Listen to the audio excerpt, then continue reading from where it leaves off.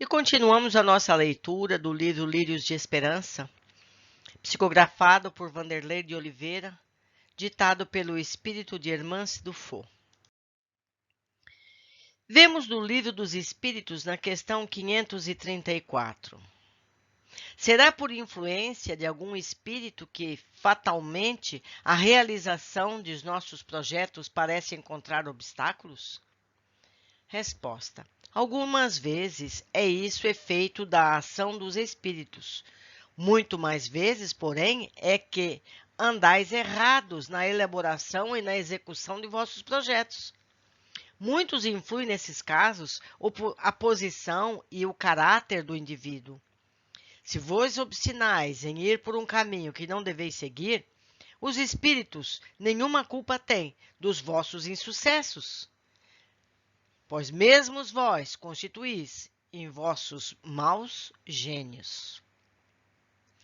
É ensinamento.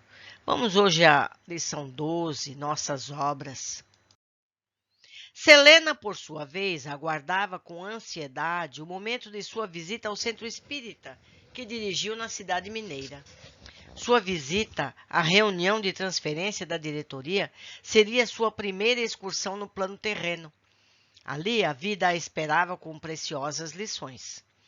Antes de partirem, Dona Modesta sentenciou-lhe: Filha, como te sentes ante a perspectiva da visita?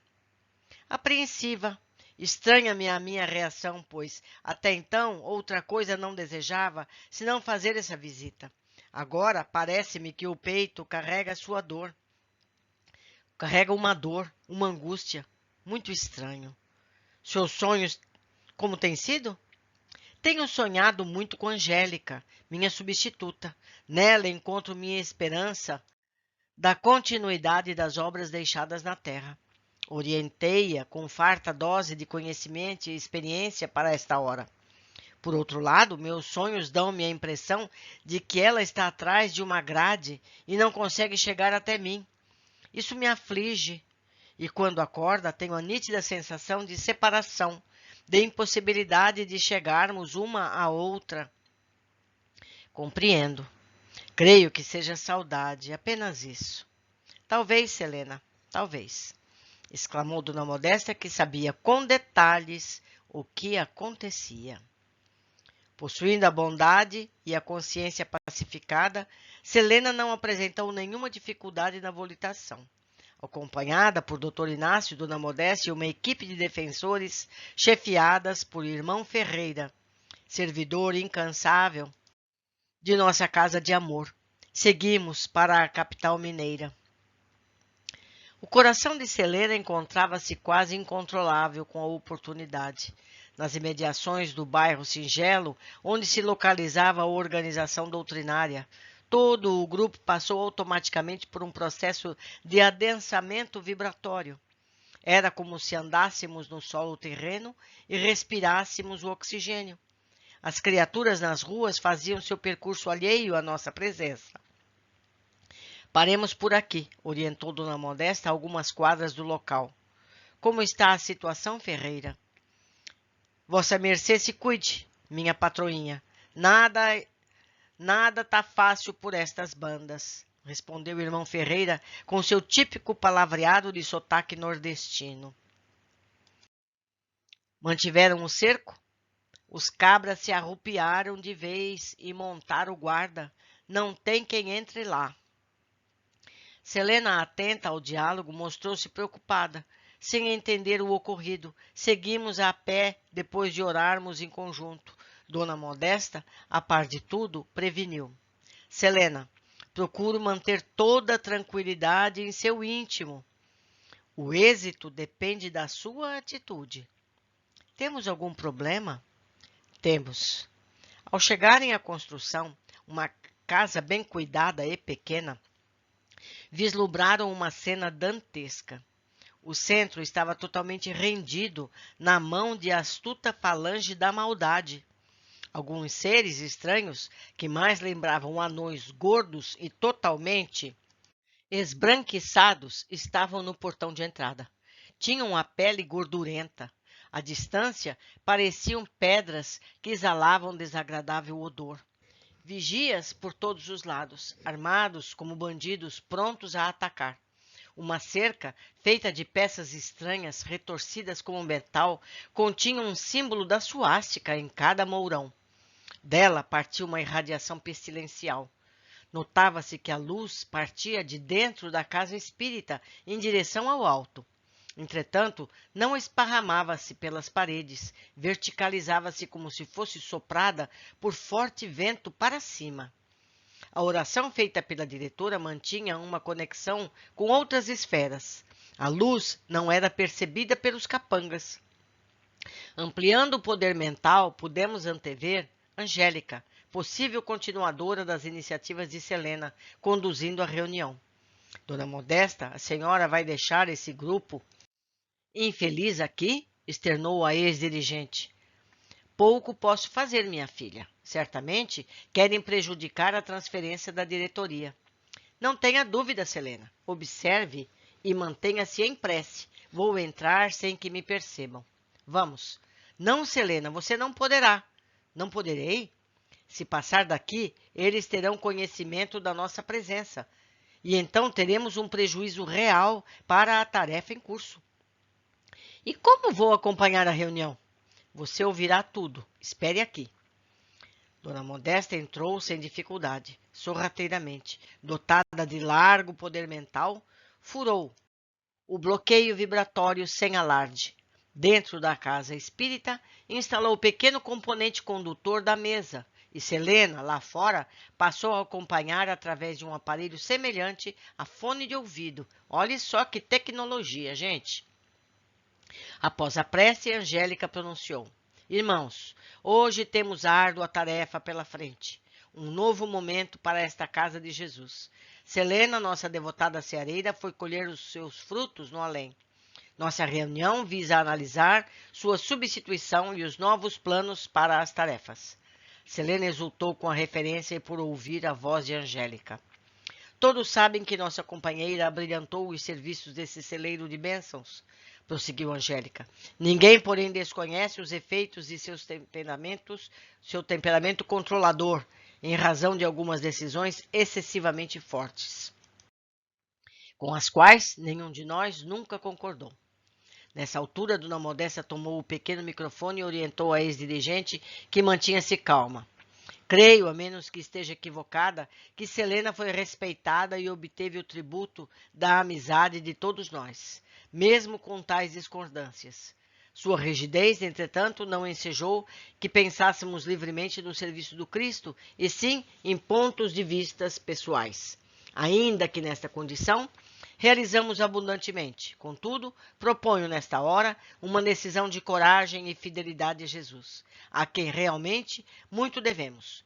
Proponho duas medidas básicas e desafiadoras que constituirão nos alicerces de muitos outros caminhos.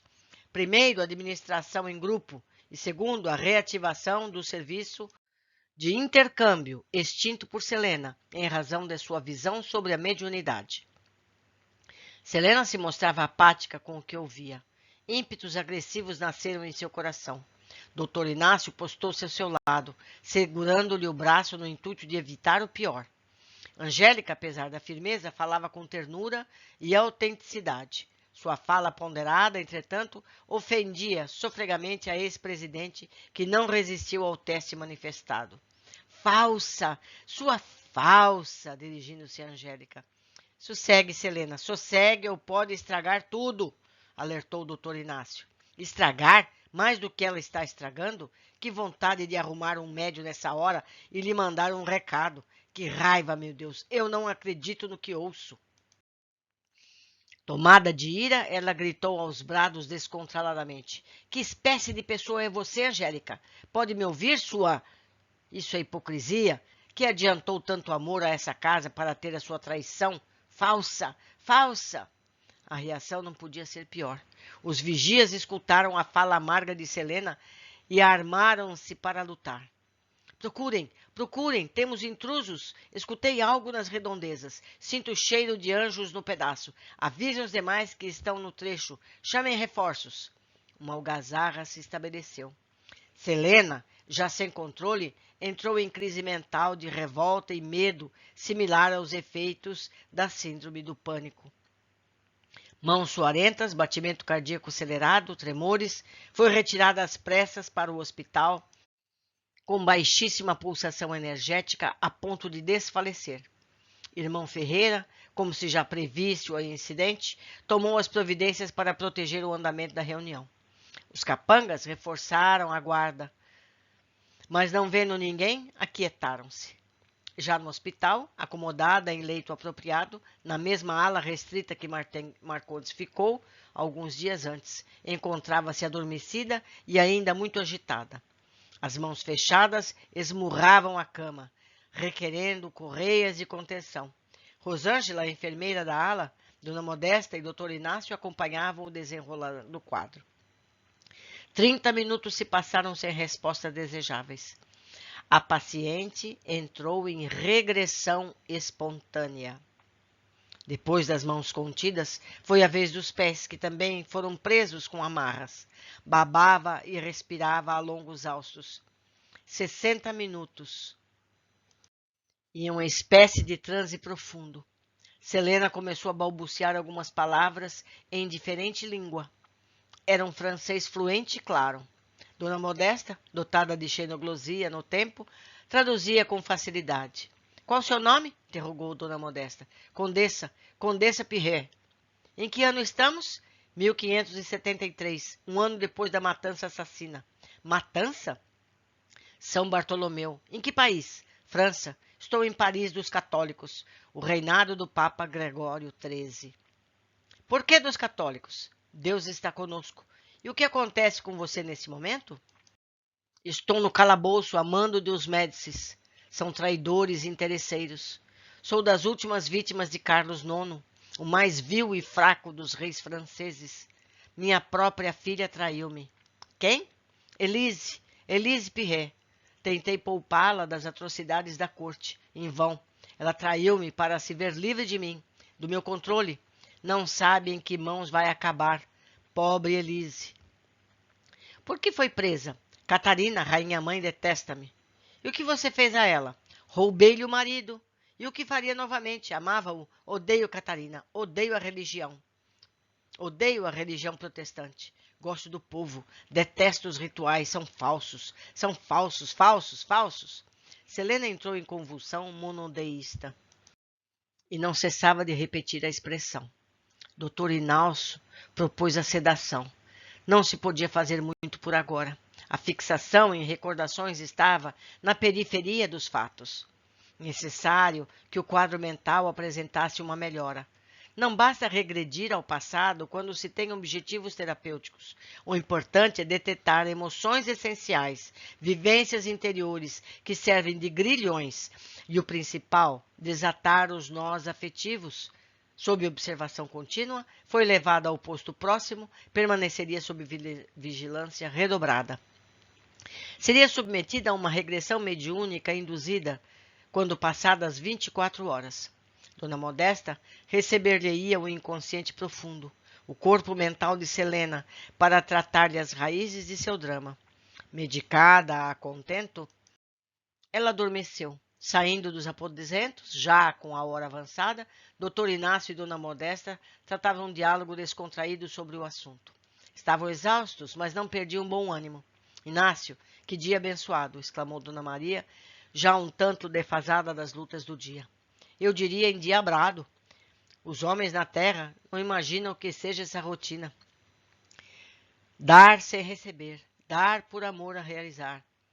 Quantos não terão extensas lutas por essa lição neste outro lado da vida? Inclusive os espíritas, é verdade. Estamos há exatas 15 horas em tarefa contínua. Só hoje visitei por 3 vezes a Terra. Não reclamo de nada, mas se tivesse meu cigarrinho de volta, acho que trabalharia mais 15 horas sem mau humor. Inácio, essa é a luta da qual estamos falando. Despojar-se dos costumes humanos. E ainda tem espíritos achando que somos espíritos superiores. Se Deus nos perdoou por isso, há de perdoá-los também, brincou Dona Modesta. Deus sim, Eu, nem tanto. Ainda hoje, realizei consulta em meu gabinete de um desses dirigentes que mais gostam de uma mesa que de gente, velho companheiro das adjacências de Uberaba. E imagine o que ele queria. O que, Inácio? Que eu ficasse lhe fazendo sala, batendo papo, como fazem os mentores, disse ele. Disse também que estava muito feliz em estar onde estou, porque isso é sinal de superioridade. E como estava muito cansado na reencarnação, adoraria descansar alguns dias ao meu lado. E você, naturalmente dispensei-o, como faço com qualquer pessoa iludida o bastante para ter essa miopia moral. Ei, Inácio, o que disse a ele? O de sempre. Descansar depois da morte é coisa de carola e velho. Os dois riram incontidamente. Realmente, há muita ilusão. Houve outro, um desses enciclopedistas espíritas que leram tudo sobre a doutrina e ainda zombou de mim um dia desses. Passava por um corredor já cansado, com um humor pior que o habitual, depois de quase 20 horas de trabalho. E sabe o que ele me disse? O quê? Doutor Inácio, que cara é essa? Até parece que o senhor está cansado. Espírito superior não cansa, viu? Aprenda a usar a sua mente. E você? Eu lhe dei o troco merecido. Disse a ele que não estava cansado. Estava arrependido de ter morrido. Deveria ter ficado na terra uns 1000 anos para não encontrar mais com religiosos. No sanatório espírita de Uberaba, pelo menos, essa segurança eu tinha. Não era obrigado a ligar com tricas e futricas do movimento doutrinário. E ele? Ele ainda me perguntou se tinha algo me incomodando. E você, naturalmente? Debochou Dona Modesta. Naturalmente eu me calei, porque se falasse naquela hora, seria um desastre.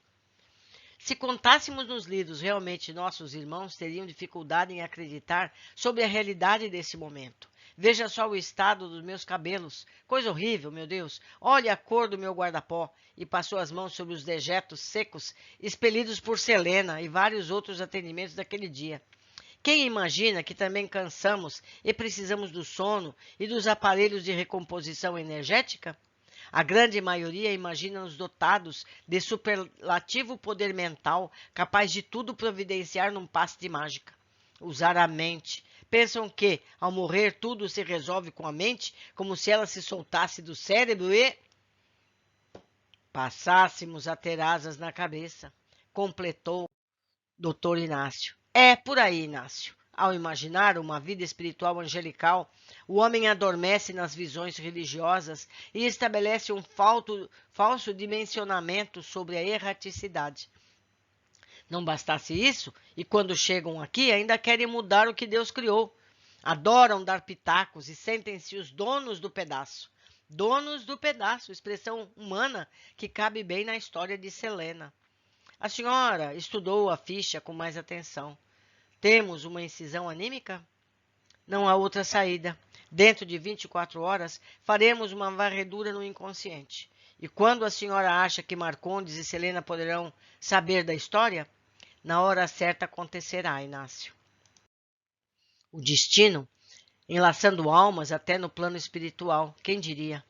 Mais uma para aqueles que julgam ter a chave do céu. Se a reencarnação é palco de laços de afeto e desafeto, a imortalidade é o camarim, onde os homens carnais se despem das fantasias, das ilusões, para que olhem como devem no espelho da realidade. Uai, disse Dona Modesta como uma típica mineira. Viu o poeta, Inácio? Não, Dona Modesta, foi apenas uma crise psiquiátrica. O bom humor permanente, a despeito do cansaço, não roubava nunca daqueles dois a chance de debocharem das mais sérias e profundas questões da vida. Essa característica, pertinente a ambos, era-lhes medicação de refazimento. Vamos descantar, Inácio, pois afinal de contas, temos horário a cumprir e quem dar satisfações amanhã bem cedo. Vejam só que interessante, não é, meus amigos? A vida lá é muito mais atribulada que a nossa. São mais compromissos e sabedores que são desses compromissos, cumprem-os. Mas vamos às observações que eu pude fazer. Vimos as consequências do descontrole emocional de Selena. Ela, que nos parecia tão equilibrada, quando percebeu como era vista no grupo, se transformou. Selena, já sem controle, entrou em crise mental de revolta e medo, similar aos efeitos da síndrome do pânico. Relembro sempre que os textos em amarelo são cópias do original. É preciso que sejamos realmente um grupo fraterno. Ouvir-nos, uma casa espírita não é um quartel, mas é uma casa de irmãos. 2. Podemos entender as consequências dos sentimentos mal dirigidos. Selena não aceitou as diretrizes da substituta. Ainda sentia ser a dona do centro que conduzia de modo ditatorial, e seus sentimentos de posse desencadearam sentimentos negativos que a levou ao passado, onde esses sentimentos eram ainda mais intensos. Não mudamos muito do que já fomos. Apenas a sociedade e a cultura nos tolhe ligeiramente as tendências que temos. Na primeira oportunidade de pressão, nos revelamos.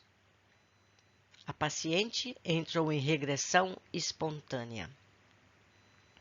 Terceiro item.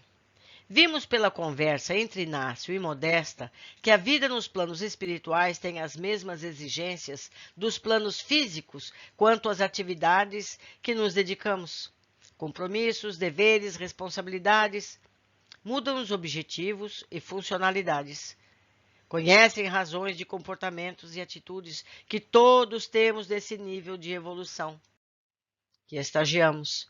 Essas informações podem nos ajudar a buscar crescimento e amadurecimento, para melhor nos posicionarmos quanto ao presente e ao futuro.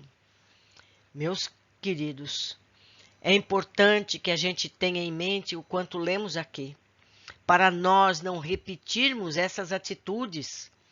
Sabedores que agora somos dessas consequências, podemos a partir de já modificar-nos, entender que não somos donos de nada, não somos donos de ninguém e não temos a verdade. Nós não sabemos nada.